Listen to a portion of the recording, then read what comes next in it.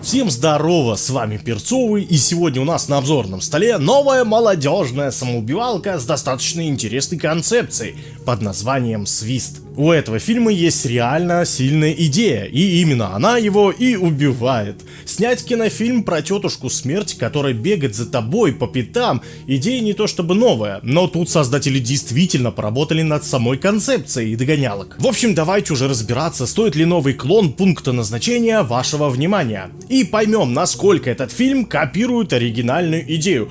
Естественно, без спойлеров, ибо они какашки, а мы ниндзя-черепашки. В целом, я, как всегда, аккуратно расскажу, что в фильме работает, что не работает, и кому этот фильм может понравиться, а кому лучше пройти мимо. Если вы уже успели с ним ознакомиться, то буду рад вашим комментариям и теориям. Я их читаю стабильно и буду рад каждому темному путнику с его мыслями и идеями. Да и в целом, подписаться на канал — это тоже база. Ну а теперь смело садимся поудобнее, наливаем себе вкусного напитка, но я начну.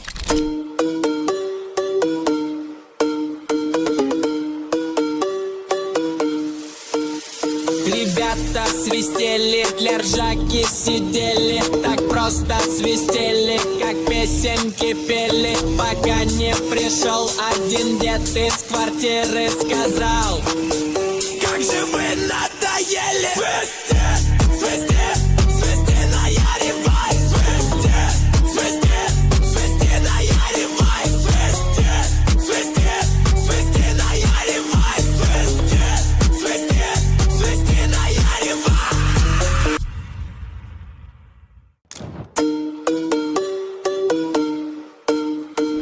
В режиссерах на этот раз у нас мужчина, снявший «Проклятие монахини» и «Из тьмы», если о таком слышали. И тот самый постановщик не вышедшего ремейка «Ворона» с Джейсоном Момоа в главной роли. Так что месье Корин Харди, человек наш, что такое хоррор, он знает. Я вырос на хоррорах 80-х.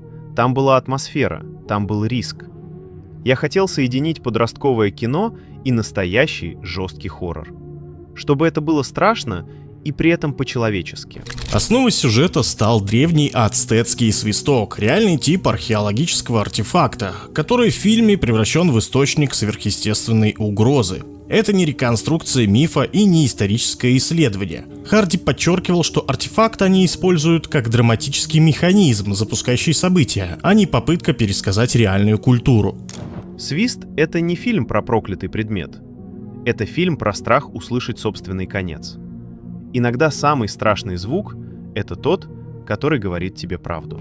Сценарий написал Оуэн Эгертон.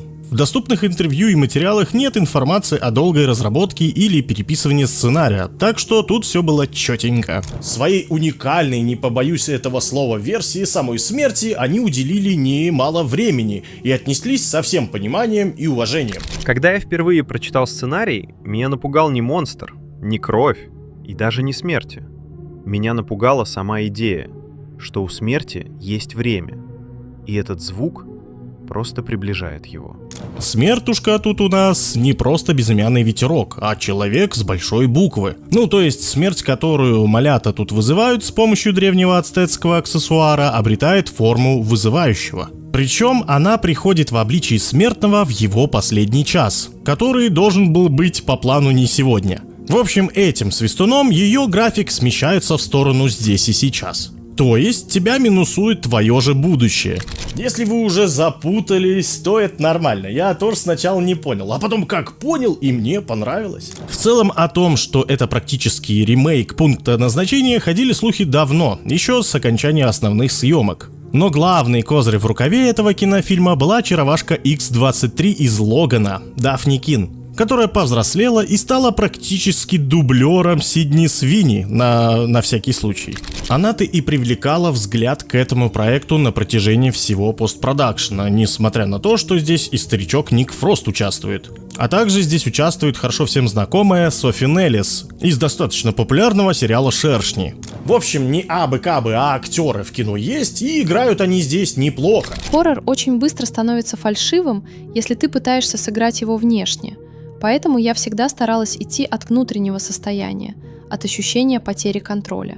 Самыми сложными для меня были не сцены с насилием или кровью, Гораздо труднее играть моменты, когда персонаж понимает, что ситуация необратима. Релиз свистанул 6 февраля на Западе, и с 9 февраля у нас на больших экранах его тоже показывать начали.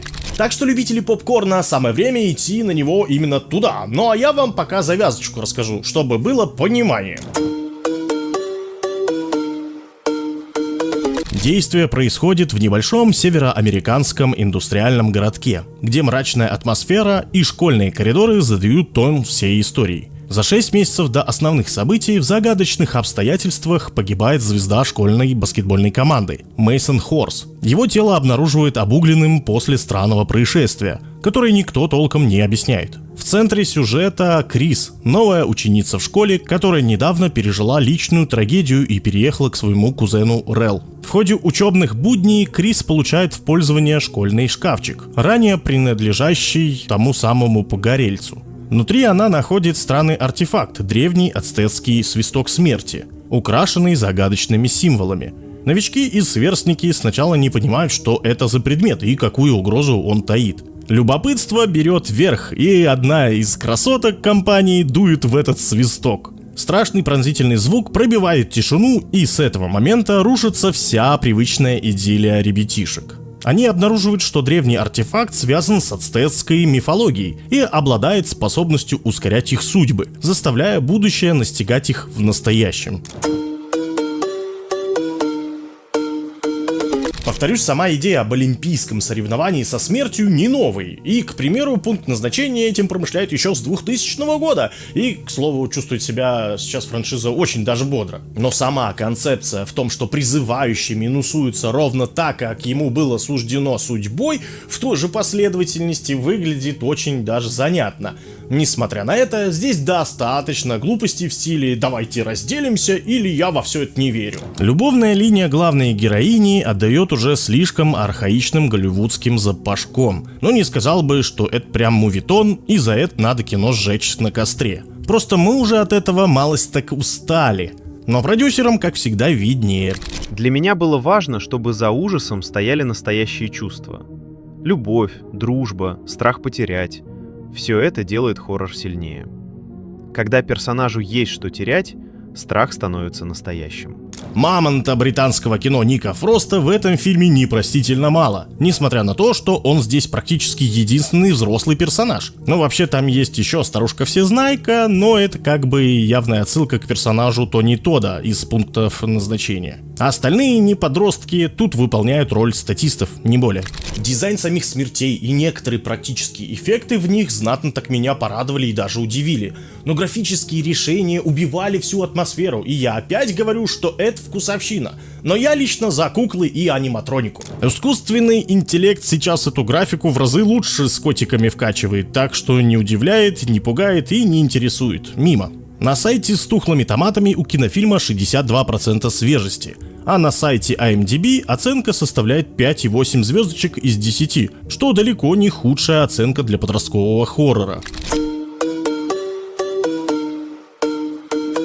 Итог смотрим. На самом деле кино практически ничего нового нам не дает, но за свою идею и за некоторые достаточно веселые и кровавые сцены непременно стоит кино похвалить. Если вы любите серию фильмов «Пункт назначения», особенно оригинальную трилогию, то, полагаю, выбор очевиден. Это та самая игра «Вышибалы со смертью», которую вы все так любите и уважаете. Но если вы любитель хорошо прописанных, сильных и просто интересных персонажей и хотите увидеть невероятно интригующий сюжет, думаю, можно и пропустить. Этот аттракцион из фонтанчиков и глупеньких студентиков вам точно покажется вторичным. Большое спасибо за просмотр. Надеюсь, вам было интересно, и мы увидимся снова. Ну а пока не забывайте, не сидите без дел, вокруг слишком много интересного.